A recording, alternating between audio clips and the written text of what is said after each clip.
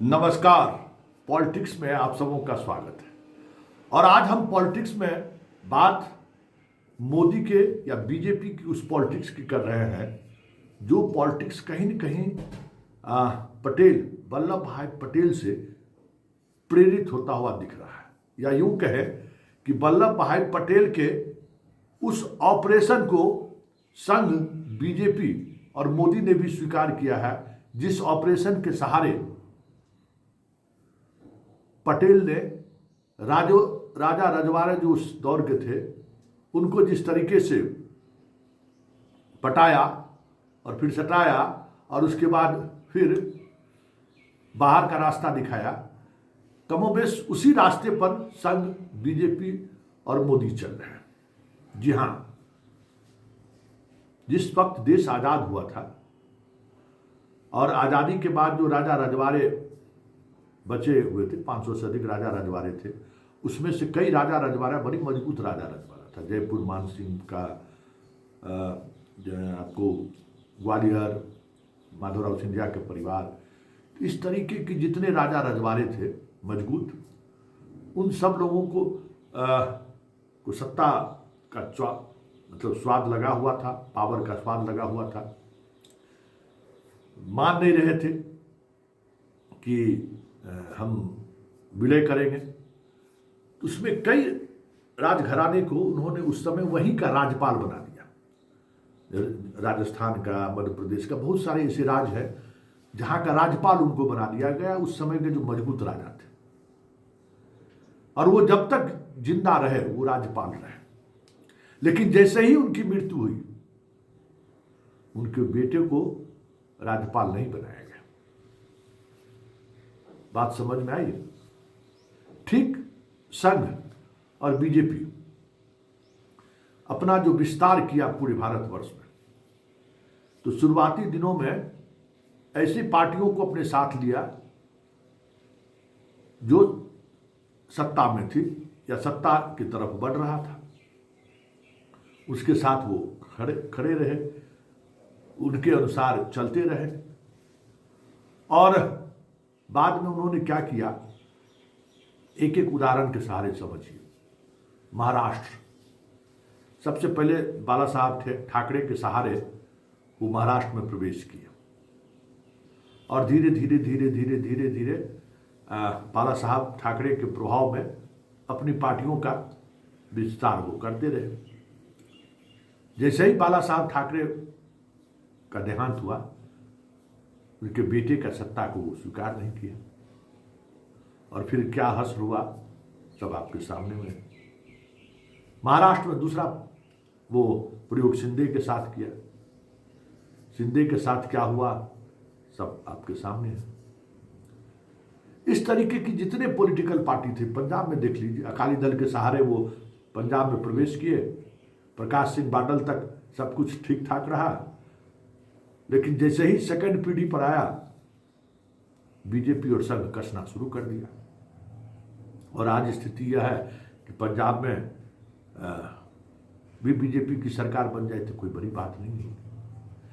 मतलब इनका चरित्र यही है पॉलिटिक्स का, कि पहले प्रवेश करो किसी तरीके से, किसी के सहारे, फिर धीरे धीरे धीरे उसी को खा जाना है।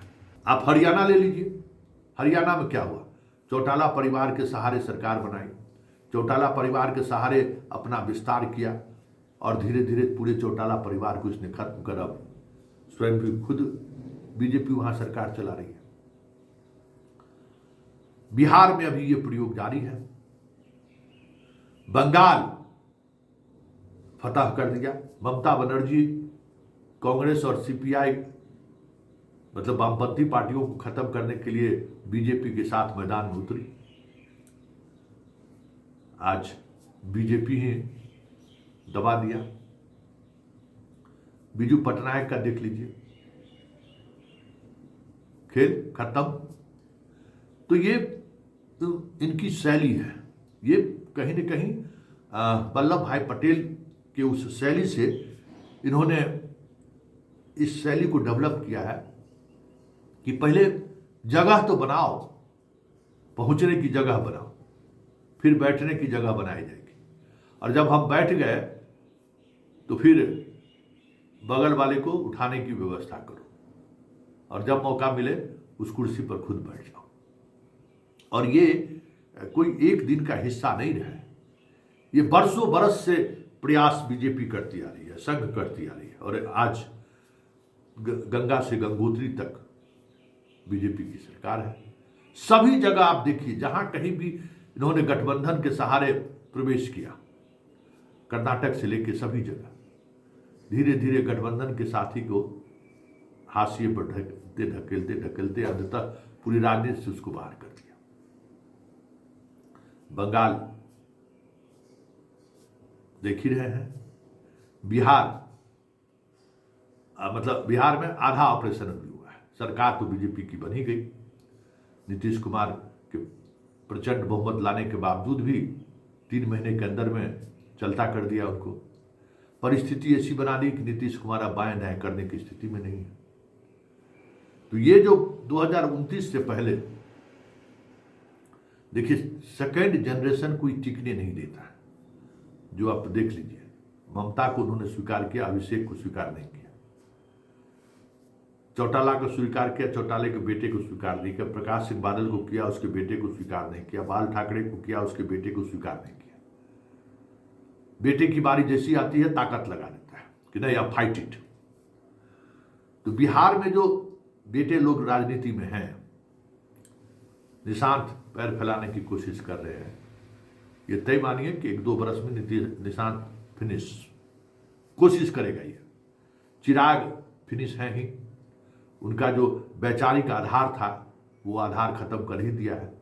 मतलब पहले देखिए इसकी रणनीति का हिस्सा क्या है, बिहार से आप समझ सकते हैं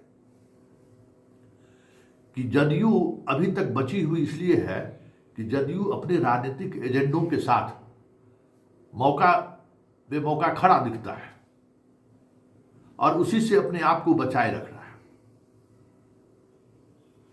चिराग अपनी आइडियोलॉजी, अपने पिता की आइडियोलॉजी के साथ उसकी पूरी राजनीति खत्म कर ली है। आज की तारीख में उसके पास पासवान का भी बहुमत वोट नहीं है। अगर बीजेपी को छोड़कर इस तरफ आने की भी कोशिश करेगा तो उसका वोट बैंक उसको साथ छोड़ देगा। ये स्थिति कर दिया है। मांझी उस दौर में 1 जिला का ना 1-1.5 जिला का, लेकिन मांझी उस दौर में बढ़ते जा रहे हैं।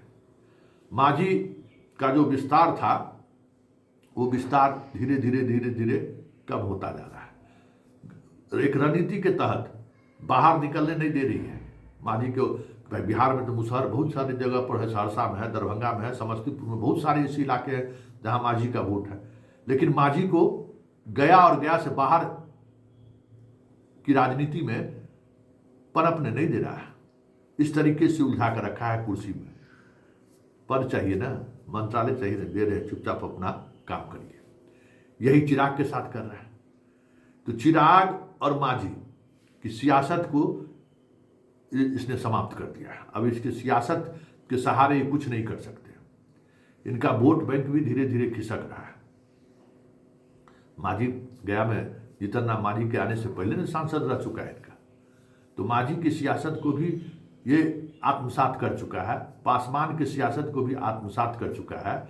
और अब बचा है निशांत की राजनीति का, जो राजनीति को आने वाले 2 वर्षों में इस तरीके से समाप्त कर देगा कि नीतीश कुमार का जो वोट बैंक है वो बीजेपी के साथ शिफ्ट हो जाए। राजनीति उसी दिशा में चलेगी। और जैसे ही शिफ्ट हुआ तो फिर आमने सामने की लड़ाई आरजेडी और भाजपा के बीच होगी। तो फिर जो बंगाल में हुआ है, जो यूपी में होता आ रहा है, जो मध्य प्रदेश में हो रहा है, जो राजस्थान में हो रहा है, यही ऐसा ही होगा बिहार में भी। क्योंकि उसने उस राजनीति को पहले खत्म किया है जिस राजनीति के सहारे क्षेत्रीय दल को बल मिलता था। चिराग हनुमान बन गए, उनकी वो राजनीति जो सेकुलरिज्म की राजनीति थी वो खत्म हो गया। पासवान, मुसलमान और कुछ सवर्ण मिलाकर वो सीट जीत लेते थे। वो राजनीति खत्म हो गई। अब कोई ताकत नहीं है कि उस ताकत के सहारे वो कभी बीजेपी को चुनौती दे। सरदम गच्छामी हो गए। अब इस बार जितनी सीटें दी हैं कम सीट देने कहेगा, कितना सीट पर काम करिए, ये सारी चीजें चलेंगी। इसी तरीके से मांझी को देख रहे हैं, मांझी जब से मंत्री केंद्र में बने हैं, मंत्री बना दिया है, लेकिन बाकी सारी चीजें धीरे धीरे धीरे धीरे धीरे बिहार की राजनीति में उनका कद छोटा करता जा रहा है, ताकि जब इनको हम हाशिए पर पहुंचाए तो इनके समाज को कोई सहानुभूति नहीं हो। यही है नीतीश, मांझी और चिराग को लेकर ऑपरेशन लोटस। जो लोटस, ऑपरेशन लोटस उन्होंने पूरे देश में सफलतापूर्वक अंजाम तक पहुंचा दिया है। अब बारी बिहार की।